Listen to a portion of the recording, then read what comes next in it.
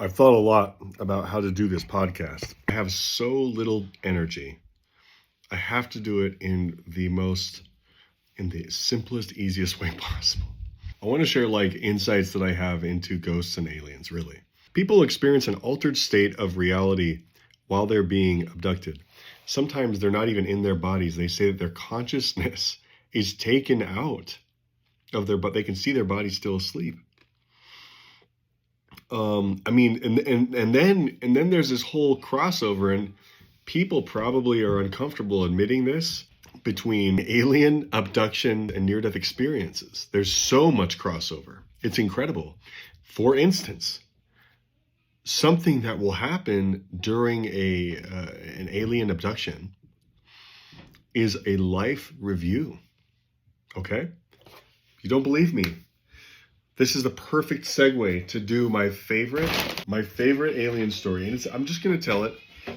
No, I'm going to read it because you have to hear it.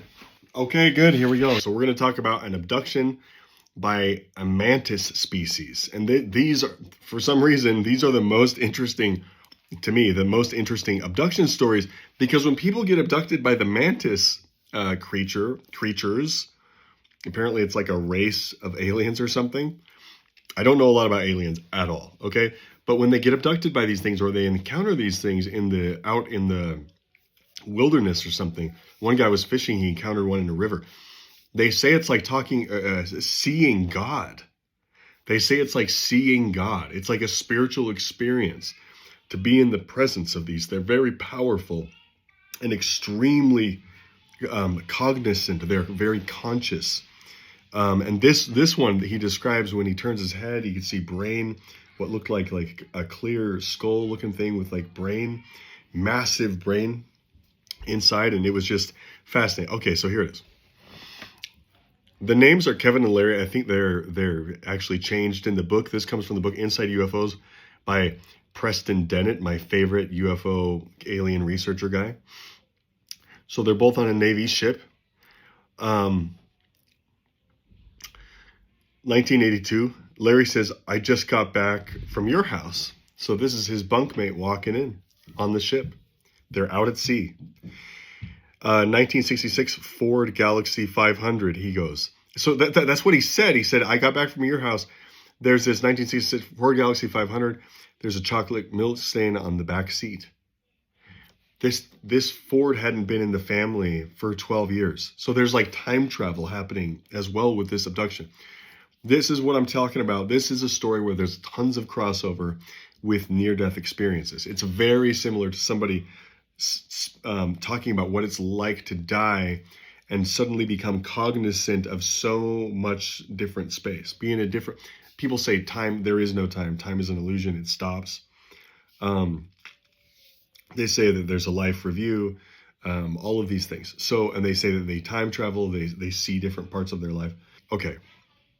He's like, how'd you freaking know about the milkshakes? How is this possible? And he goes, I want to meet your little friends, because his friend was like, Larry, who said, I've been abducted. I've been in contact with aliens my whole life, since boyhood, since I was on a farm.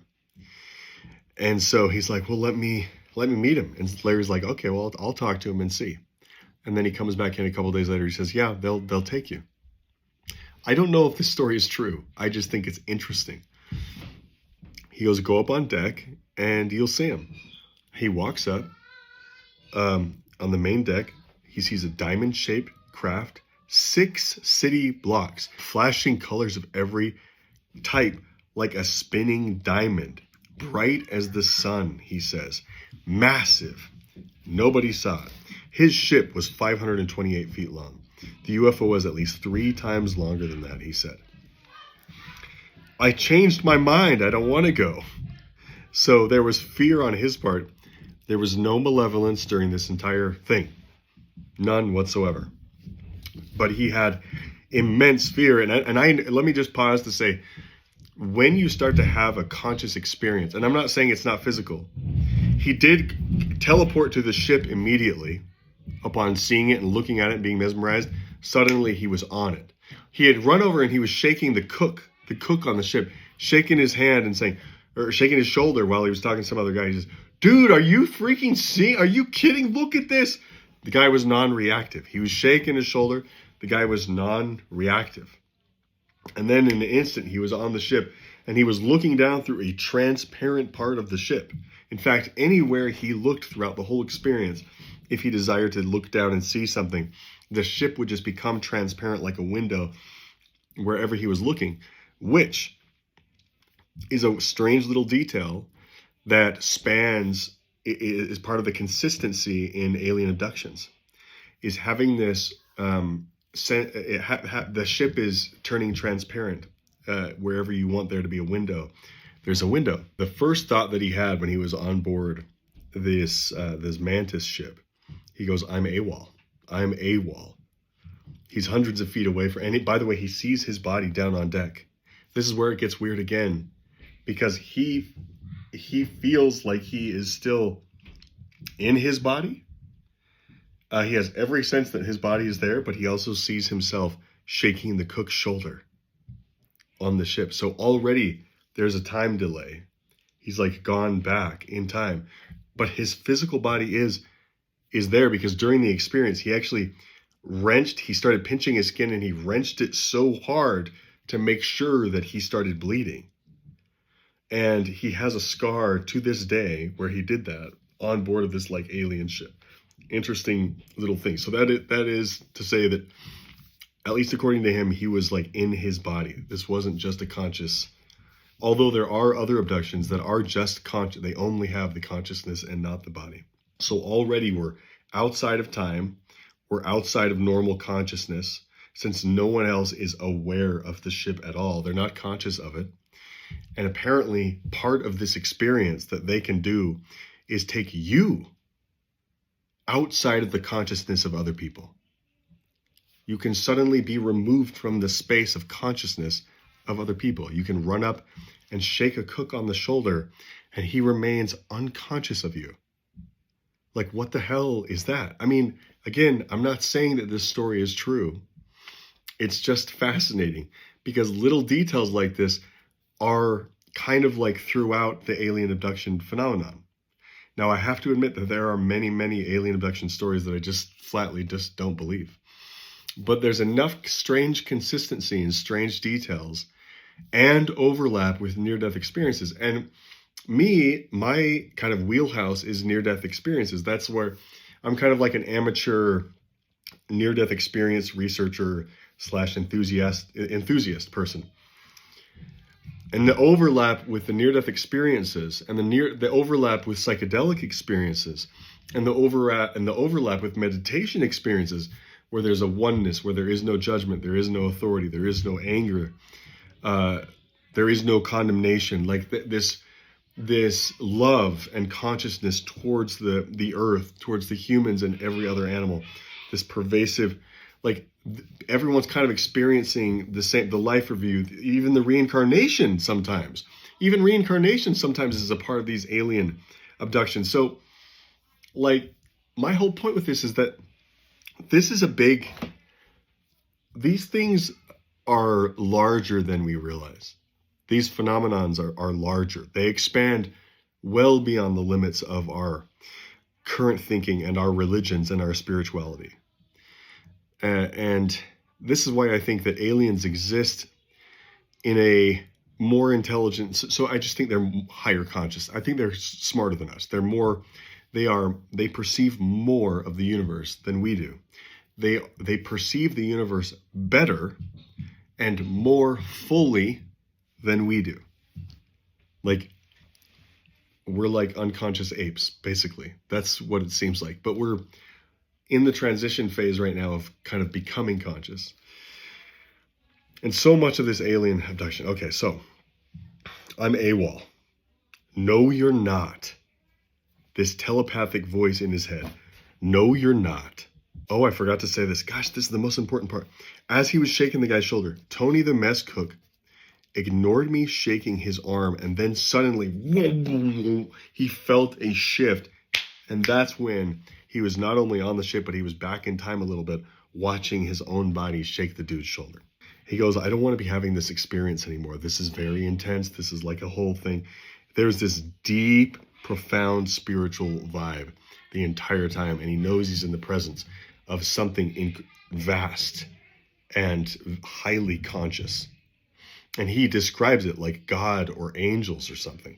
It's incredible. And the other thing is, there is a fear the entire time, even though there's no aggression and nothing but like very grounded peace and understanding, okay, that's coming to him.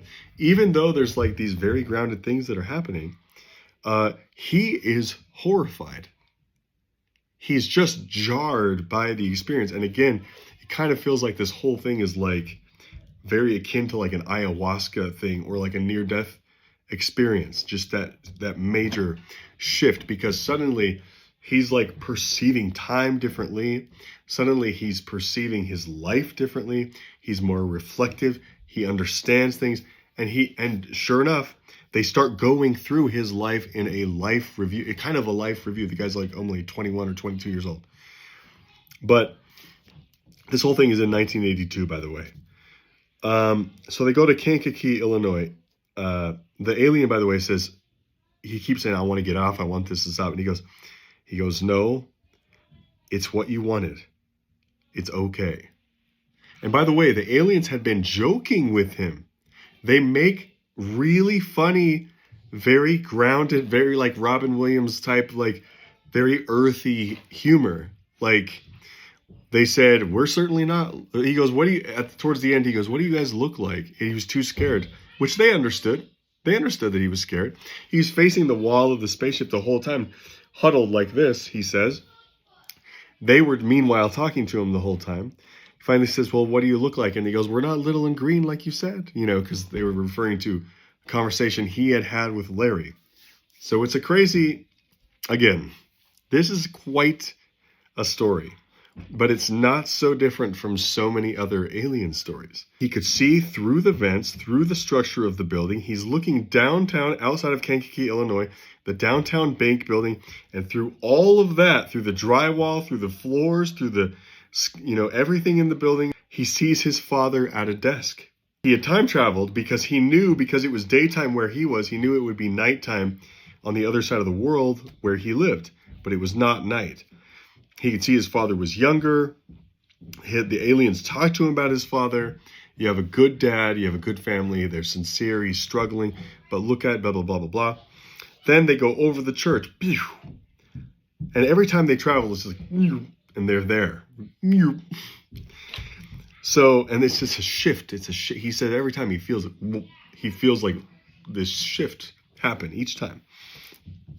Then he's over the church. He looks down through the roof, through the vents, through the attic. This is like a ghost. Ghosts can see through walls. They just perceive what everyone is thinking, what their day has been like, what they had eaten for. If they're curious, they can see it. They can see what they had for breakfast. They got in a fight with their wife.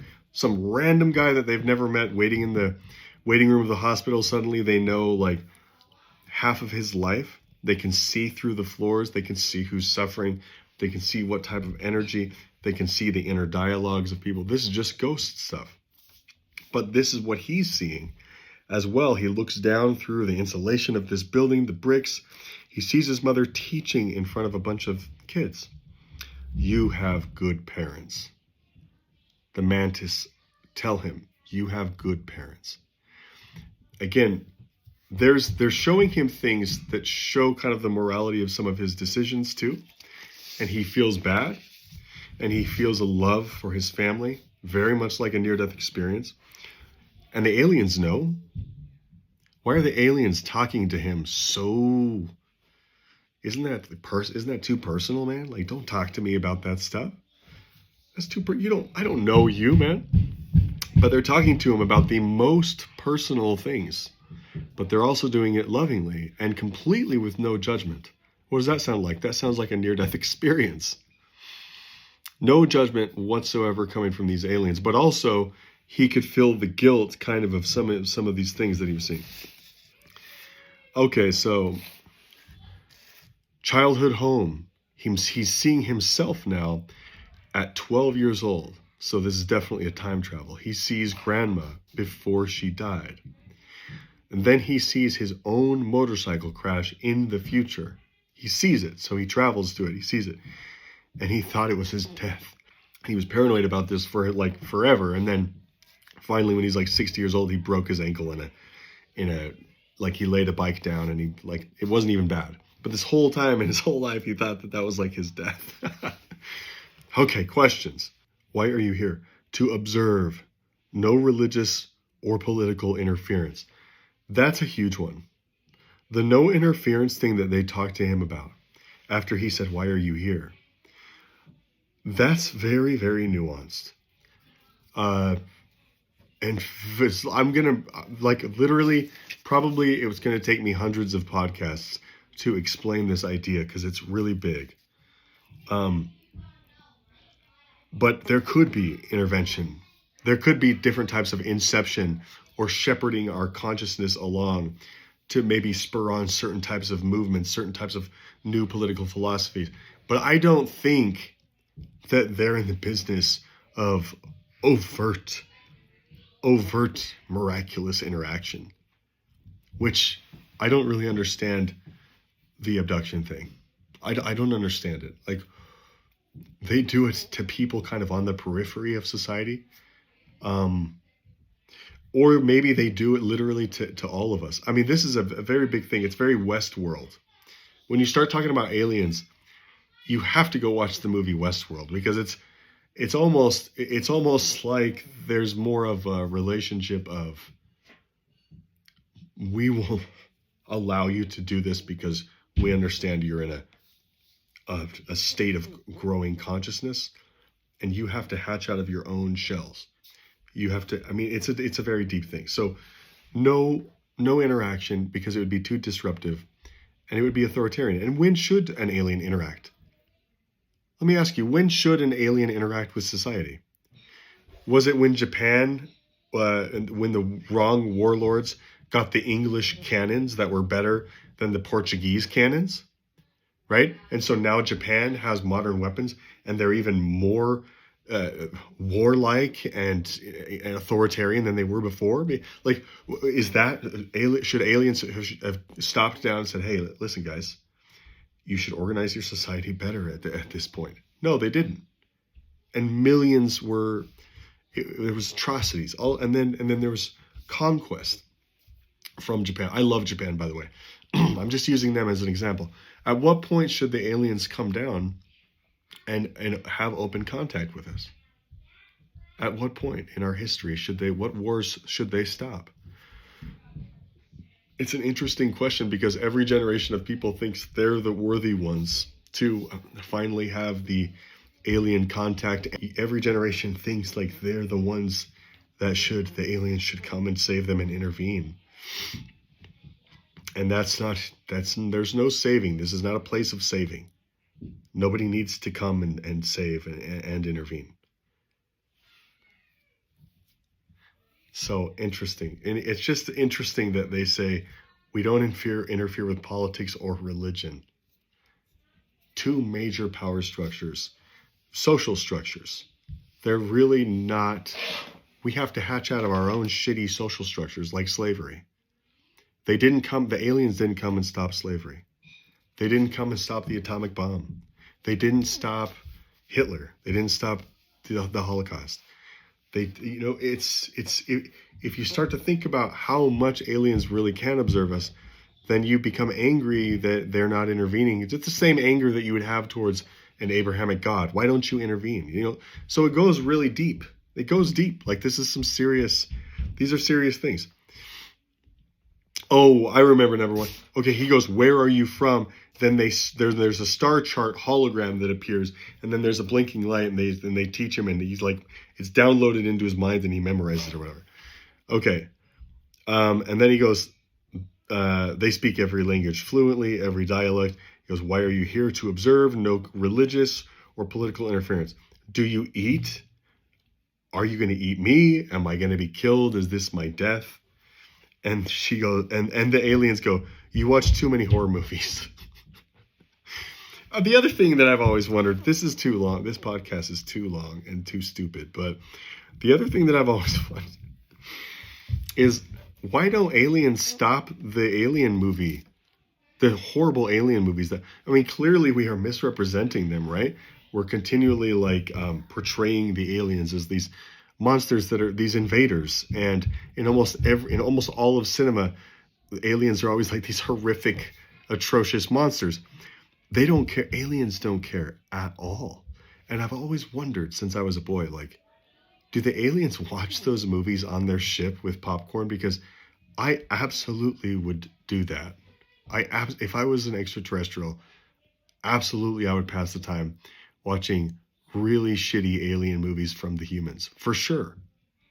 I mean, I would do that even as a Sasquatch. Okay. So they go, you watch too many horror movies. I would have turned around and said, you probably do too. Okay. This isn't funny. I'm not funny. Holodeck. Doesn't matter. I think I'm funny. That's the only person that I have to impress is myself. Holodeck of natural disasters. Holodeck. So they start showing him the future. And it's always like flood and natural disasters. Super common. Very, very common during alien abductions to have like glimpses of catastrophes, natural disasters specifically. And this is also a major theme with near-death experiences. So all of a sudden, this kind of his reality becomes this natural disaster. Like he's standing right there. It's like being on the holodeck, he said, from Star Trek. Hurricanes, volcanoes, etc. Is there a God? He goes, is there a God? And they go, we're not going to answer that. Personally, this one like hits home for me because religious deconstruction has been such a huge part of my journey through this life. And I was a missionary for 2 years in Mexico, and I was a church leader, and I was a youth counselor, and I was a youth group leader, and I was a scoutmaster, and I ran Boy Scout camps, and I loved Jesus, and I loved God, and I'm very devout. I was a very, very devout and very spiritual person, and I've always tried to be authentic. And deconstructing religion was very hard for me. And the reason I tell you this, there was a point where I would not have wanted an alien to tell me that my religion wasn't true. It would have been too jarring. I might have just like, I might have been suicidal or something. I just wasn't emotionally stable enough to bear that type of thing. I remember on my mission once, I was walking in a tiny Mexican village called Tulcingo de Valle. And I thought, this is the only time during my entire mission that I felt this, or that I said this to myself. You know, what if this is all bullshit? What if all of it, religion itself, what if it's all wrong and this is all mythology? This whole thing, like I've never seen any of it. I've never seen God. I've never seen any of it. Like, what if reality is totally different than what I'm doing right now? And the thought literally sent electricity up my spine. It was very frightening. It was a very, very frightening moment. I could not have mentally, when you're in a space, when you get really deep into Christian fundamentalism, you get into a space where like mentally you can't even have you can't even bear the truth of something. It's very hard to explain. So the aliens say, we're not going to answer that. Now, back then, I believed with all my whole soul that there was a Judeo-Christian, Abrahamic God, and that I was saved and blah, blah, blah, blah, blah, blah, blah, blah. Okay? Now, I believe that there definitely is not any Abrahamic God, anything like an Abrahamic God. There's no anger, there's no judgment, there's no condemnation at all, except for your own judgment towards yourself, your own frameworks that you are responsible to deconstruct, and that you ultimately will deconstruct. That's kind of my view now. And the universe itself and all that exists is already conscious and loving, far more than any Abrahamic God. That's my belief. And so I'm not a Christian anymore. I think the universe is a lot more loving than that. And I think everything is heaven. I don't think heaven is someplace you have to get to. It would be self. And so those are the types of beliefs that I have. But an alien, there's no way that an alien is going to be able to explain that to me. It would just take time. So this just seems to make sense to me that an alien would say, we're not going to answer that. Okay. I feared for my life the entire time, even though he sensed peace and goodwill coming from the mantis. This is so important that he makes this distinction, that he was mortally terrified and stuck in fight or flight mode, horrified to look at them. And when he did look at them, it was just as horrifying as he feared. And finally he goes, can I look at you? He says, what do you look like? And he refused to look at them still. We're not little green men, they make the joke. It might, and then they get serious and they say, well, it might scare you to look at us. And this is the other Sasquatch story that I shared. When there's a highly intelligent creature that is conscious of how a child psychologically is going to react to seeing their face, this just makes sense that they would understand that, you're an unconscious ape from Earth. And you guys, when you see like a larger, smarter, more able-bodied entity, it's very unsettling and frightening for you. You guys have to be the dominant species on your planet, and just your evolution and your psychology makes it mortifying to see something greater than yourselves. I don't know what it is, but it's very jarring to look and see an alien in the face. And I really want to see an alien just so I could have the challenge to look them in the eyes and be like, oh, wow, fuck, this is scary. This is really frightening to look at you. And then he would say, oh, I'm sorry. I'll turn it down a little bit. Yeah, turn the volume down on your brain a little bit. It's too scary. Who knows how it would be? But I do genuinely want to have the experience. Okay. He turns around slowly. He looks into the center of the room. And in the center of the room is like a diocese. I don't know what a diocese is. I think it means pedestal, where there are 3 giant throne type things away from him, like giant, like smooth egg shaped, like not Dancing with the Stars, but what's the Voice or whatever, how those seats turn around, and they swivel around exactly like that. They come around, there's these gigantic chairs, and let me just read it to you. There's 3 gigantic praying mantises.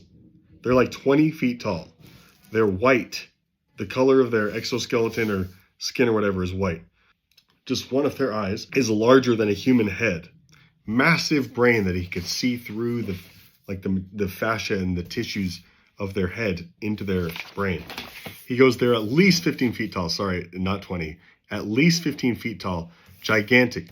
They would be seen as gods by humans. This is the part of the story where I'm like, okay, I want to share it on my podcast. As soon as he said God's part, because every time these mantis things show up to people, it's like a God level experience. They think this is God. Whatever this material consciousness thing is, that's God. It's funny because it's the same type of thing that is said during an ayahuasca experience when someone will meet entities. That it's like certainly higher consciousness and loving and no judgment. But there's all sorts of entities in the universe like this, highly intelligent, no judgment, lots of solidarity and love and camaraderie. So it's very interesting. Okay. They would be seen as gods. Hand on shoulder, Kevin started to fight. Okay. This is a scary part. So suddenly the giant mantis whisks across the room, crawling or whatever, like way too fast, unnaturally fast, which is another thing that happens during abductions, is that, and this is a Sasquatch phenomenon, this is a shadow person phenomenon, it's like a ghost spirit phenomenon.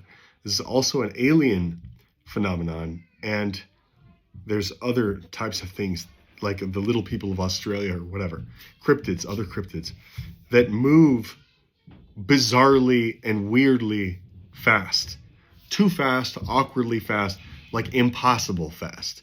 And this is something I myself have seen. I'm not the type of person that sees paranormal things or really even experiences paranormal things that much. I really have to go and focus and look and like take all the Adderall in the world and focus my brain on something. I have to focus on something for it to like finally open up to me. I'm not somebody that can just have fucking dead people talking to me and I could be seeing, I'm not that type of person to just like see entities. I wish that I was. I wish I had those things, but it's hard. And even me, I have even seen this bizarre, too quick movement. That's just way too fast. So the mantis gets across the room and ends up putting his hand on Kevin's shoulder, which is too much. He was already in fight or flight. He's freaking out. And that's when he wakes up struggling in a cold sweat. He's back on the Navy ship. He's in his bunk. He rips the curtain open, and there is his friend Larry, the alien guy, smiling at him. Huge grin from ear to ear. How was it? How was it, man? Like you'd say after somebody finished a DMT trip or something. After somebody finished an what's the K1? Ketamine or ayahuasca. Like, welcome back. How was it, my friend? So that was weird.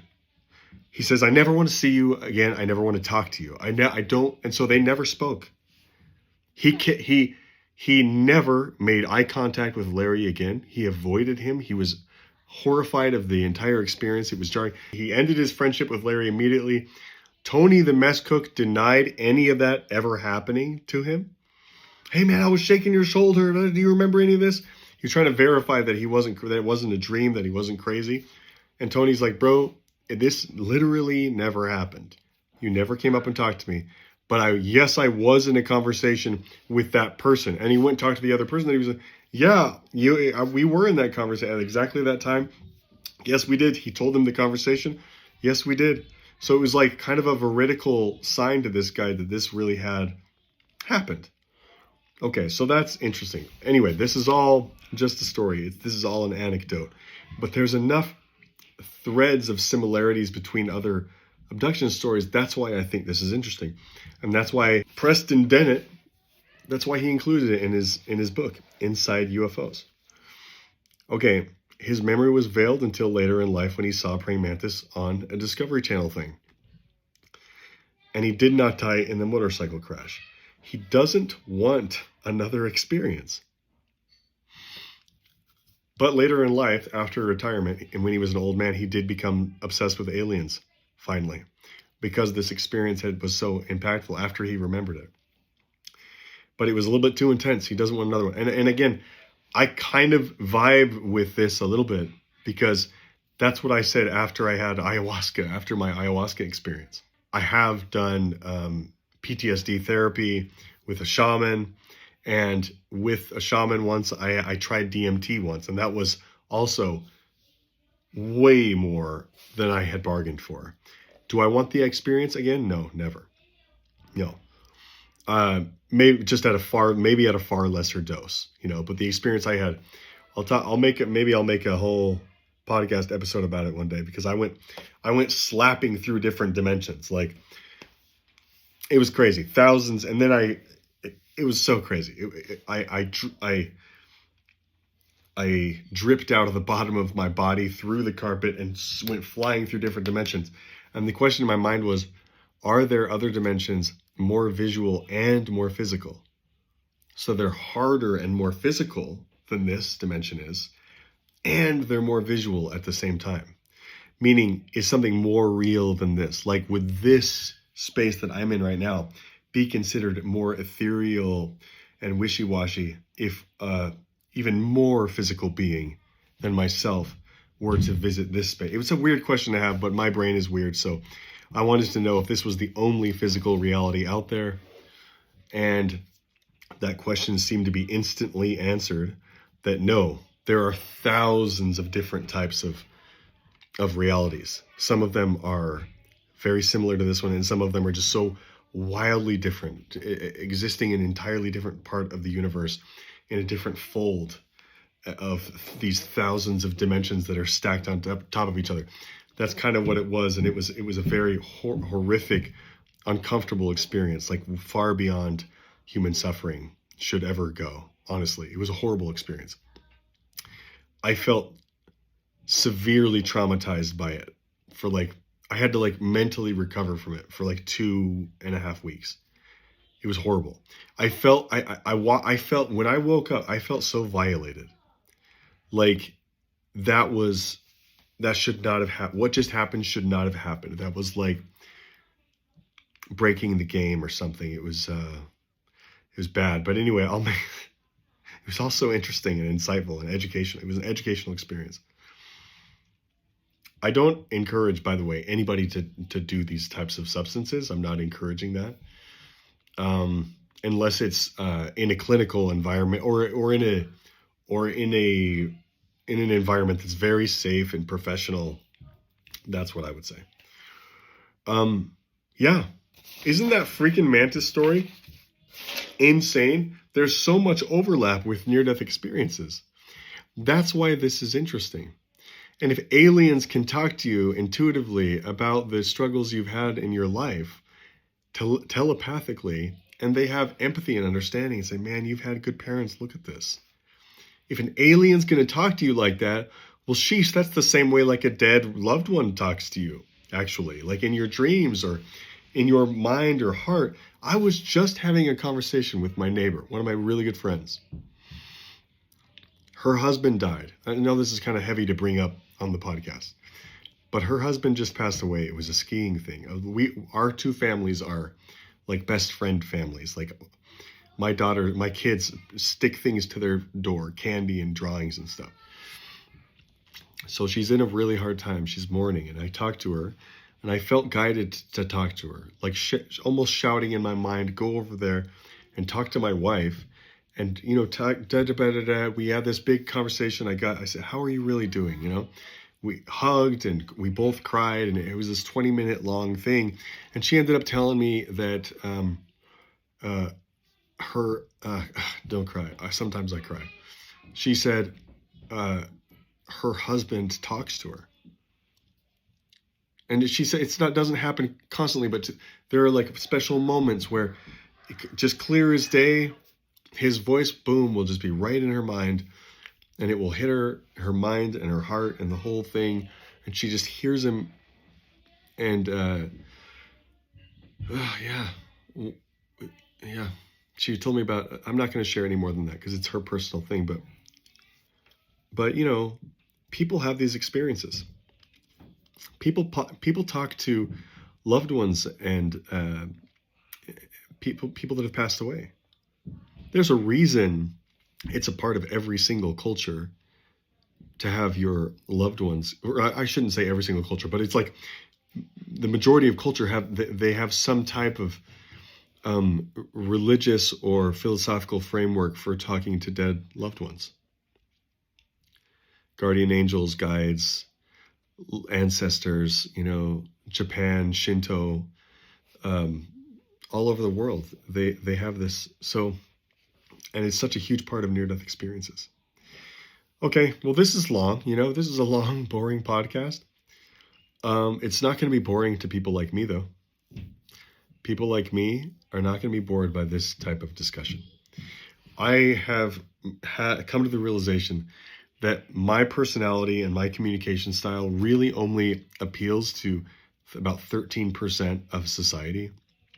And then like the other 87% really are turned off by my communication style. It makes them feel very, very uncomfortable. And I just so for 87% of people watching, like I'm cringe. To them, I'm cringe. But I have to just finally accept that is just the case. Like it's really hard for me to public speak. It's very, very hard for me to do it. And I have to be like manic or have in perfect health before I'm able to public speak. So it's really hard for me to put anything out at all because I hate my own art. I hate my own stuff so bad. It's a weird, I guess the self-hating artist is kind of like a common, I've heard that it's like a common trope. So anyway, okay, Ghost Panther, baby. I named this podcast Ghost Panther because it was going to get weird. It's going to get weird and spiritual and dark and fucking teary-eyed and scary and strange. Like we're going to go into weird fucking spaces. If you hang out with somebody like me, I take you into very intimate, weird, spongy, moist spaces. Okay, bye. I still don't have a Patreon, but I'm just going to keep doing this. This will all be edited out. I'm not going to keep this shit in. Okay, bye.